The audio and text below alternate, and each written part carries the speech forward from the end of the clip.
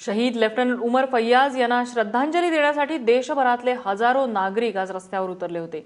दिल्लीतल्या इंडिया गेटवर तर मुंबईतल्या गेटवे ऑफ इंडियावर मेणबत्ती मोर्चा काढून फैयाज यांना श्रद्धांजली वाहण्यात आली। या मोर्चात लष्कराचे आजी माजी अधिकारी सहभागी झाले होते। त्याशिवाय सामाजिक संस्थांचे कार्यकर्ते आणि विद्यार्थीही मोठ्या संख्येत होते। भारत माता की जय आणि आर्मी जिंदाबादच्या घोषणांनी सगळा परिसर दुमदुमून निघाला।